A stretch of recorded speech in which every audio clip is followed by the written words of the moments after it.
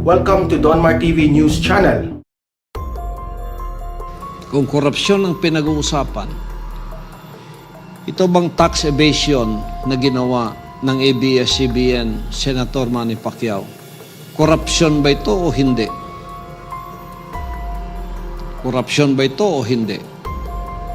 Kaya hindi sila na-renew ng franchise kasi meron silang korupsyong ginawa, hindi sila nagbayad ng tamang taxes. It's called tax evasion. Yun sa Development Bank of the Philippines na inimbestigahan ng mga magigiting nating congressman in the likes of Congressman Marcoleta, Congressman Defensor, Congressman Barsaga, Congressman Remulla. Yung sa DBP, walang collateral, nakapag-loan sila ng more than 9 billion. Hindi pa yata nabayaran hanggang ngayon yun. ABS din yun. Korupsyon ba yun o hindi? Please, pakisagot. Korupsyon ba yun o hindi? Kung ang sagot mo korupsyon, bakit ka pumirma at isa ka sa mga senador na pumirmang ibalik ang franchise ng ABS-CBN? Alam mo palang ito'y korupsyon ang ginawa nila.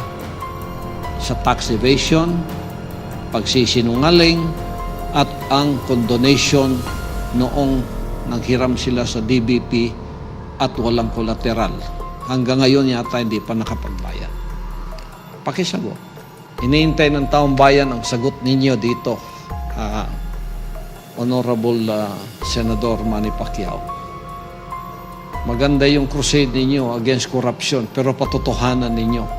Yung tinabi din ng ating Pangulo, ituro mo ang mga tao at ahensya at gagawan ko ng paraan within 1 week. Ganyan ang magandang transparency ng isang pagiging Pangulo. Huwag lang tayong haka-haka, mag-aakusa, tapos go-broadcast natin, lalagay natin into bad light someone, and in this case, you are making a sweeping accusation against the whole government of the Duterte administration, which is unfair if you don't have the facts like I am holding here. At sinabi naman ng kinaukulang ahensyang sinabi mo, pasimula tayo sa DOH. Alam mo, kaya gumawa ng Presidential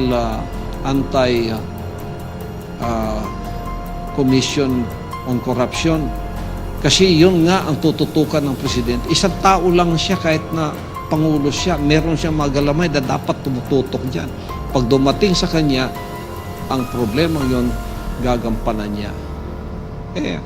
Ang akusasyon mo is, he's corrupt. He's a corrupt president, which is unfair to me, to all of us Filipinos who believe in him. And he is doing his job, and he's transparent about it.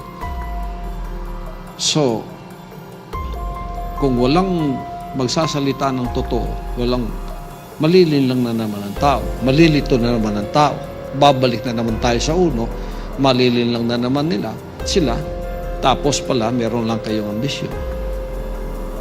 At pangatlo,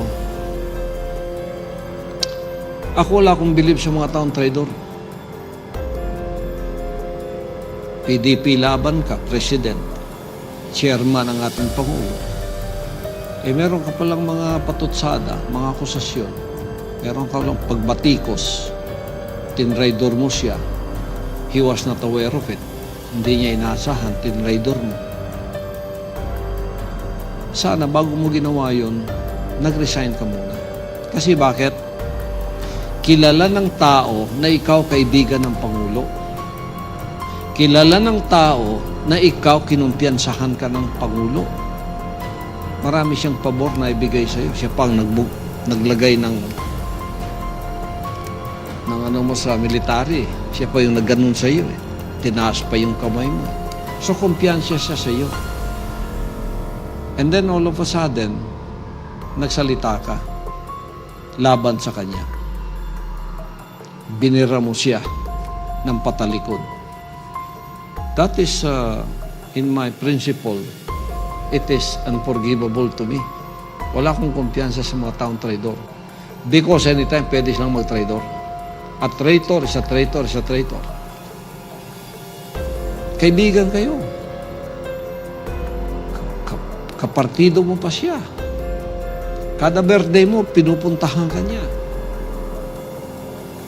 Nung nag-military ka, siya pang naglagay ng kalo sa ulo mo. Oh. Tapos bigla, sasaksakin mo sa likod. Hindi niya inaasahan. You drew the first blood. And it was very shocking to us and to everyone.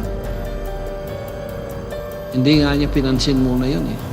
Kita mo, hindi man siya nagsalita. Pero nung inakusahan mo ang kanyang administrasyon ng korupsyon, napilitan siyang magsalita laban sa iyo. Pero para sa akin, meron ka palang ganong plano. Lumabas ka lang muna sana sa PDP laban. Kasi hindi ka kilalang oposisyon eh. Kung si Drilon ang magsasalita noon, si Pangilinan at si Trillanes, hindi na kami magtataka. Hindi na magtataka ang taong bayan. Oposisyon yun eh. Ganun talaga yung gusto nila eh. Pero ikaw, kaibigan mo ang Pangulo, malapit ka sa kanya, pinupuntahan ka pa niya. Tapos sasaksakin mo siya sa likod. Masama sa panlasa ng Pilipino yun. Hindi masyadong kumakasa ang mga Pilipino sa mga traidor. Ako, hate ko talaga yung mga traidor. Oh. Kung gusto mo palang ganon, bigla kang gumanon kasi may ambisyon ka na baka hindi ka ang itaas ng Pangulo kasi narinig mo yung Duterte o Go Duterte, ang samang loob mo, kaya binira-bira mo, lumabas ka sana muna para meron kang dangal, meron kang honor. Lumabas ka muna. Doon ka bumakbak. Makisama ka na kina Drilon, kina Pangilinan, kina Trillanes, at sa Inodoro 8. Ganun ba yan? Yung Otso Diretso o sa Liberal Party. Doon ka pumunta. Tapos rumatsada ka sa gobyerno dahil hindi mo masikmura yung ginagawa nila. Yun, pwede pang tanggapin yun. Na baka meron pang benefit of the doubt ibigay sa iyo. Pero you are in the house. You live in the same house. And he is eating with you. And he has confidence in you. And then all of a sudden, when he's back, you stab him? What kind of a president will you be? Anong prinsipyo meron? Saksakin mo, hindi niya inaasahan.